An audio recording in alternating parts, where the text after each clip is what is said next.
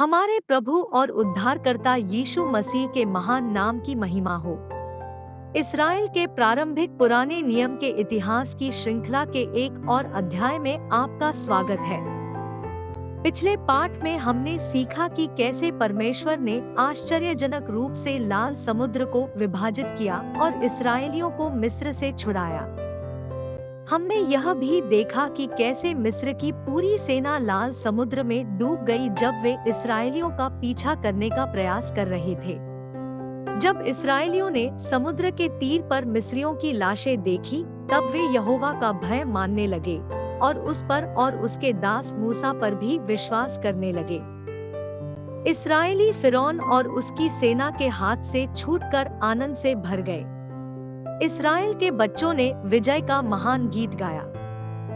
इस्राएली रेगिस्तान में चलते रहे और यहोवा दिन को बादल का खंभा और रात में आग का खंभा बनकर उनकी अगुवाई करता रहा।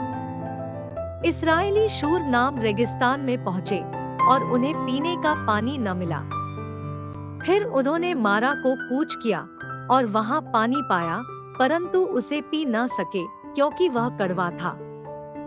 मूसा ने मदद के लिए यहोवा को पुकारा और परमेश्वर ने उसे पेड़ की एक शाखा को पानी में फेंकने के लिए कहा। इससे पानी मीठा हो गया।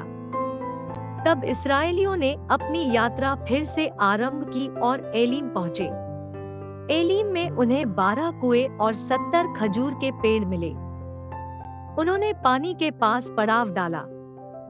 जब इस्राएलियों ने मिस्र से लाए गए अपने भोजन की आपूर्ति को समाप्त कर दिया, तो वे कुड़कुड़ाने लगे और परमेश्वर की योजना पर संदेह करने लगे।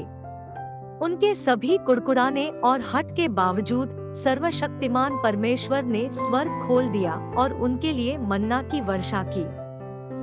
जब उन्होंने जमीन पर पाले की तरह गुच्छे के रूप में कुछ देखा, तो उन्होंने एक दूसरे से पूछा कि यह क्या है, और फिर इसका नाम मन्ना रखा, जिसका अर्थ है यह क्या है। वह धनिया के बीज जैसा सफेद रंग का और गोल आकार का था और उसका स्वाद शहद के बने पुए जैसा था। मन्ना प्रतिदिन भोर को इकट्ठा किया जाता था क्योंकि वह सूर्योदय के पश्चात पिघल जाता था। उन्हें अगले दिन के लिए नहीं रखने के लिए कहा गया था। जब उन्होंने किया तो उन्हें उसमें कीड़े मिले और उसमें से बदबू आने लगी। परमेश्वर ने विश्राम दिन को छोड़कर 40 वर्ष तक हर भोर को मन्ना दिया। यह तब तक नहीं रुका जब तक वे वादा किए गए देश में नहीं पहुंचे। एक दिन के बाद जब वे उस देश की उपज खा गए, तब मन्ना बंद हो गया। एलीम के बाद इस्राएली सीन के रेगिस्तान से कूच करके रपीदीम पहुंचे और वहां डेरे खड़े किए।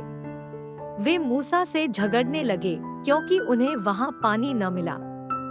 तब मूसा ने यहोवा की दुहाई दी और परमेश्वर ने उसे होरेब में चट्टान पर मारने को कहा। मूसा ने जैसा कहा गया था वैसा ही किया। चट्टान से बहुत पानी निकला और इस्राएलियों की छावनी के पास से बह निकला। तब इस्राएली रेगिस्तान से होकर कूच करके सीने पहुंचे। परमेश्वर उनके प्रति विश्वासयोग्य था और उनकी आवश्यकताओं की पूर्ति कर रहा था। अगले पाठ में हम सीखेंगे कि कैसे और क्यों परमेश्वर ने इस्राएलियों को व्यवस्था या 10 आज्ञाएं दी।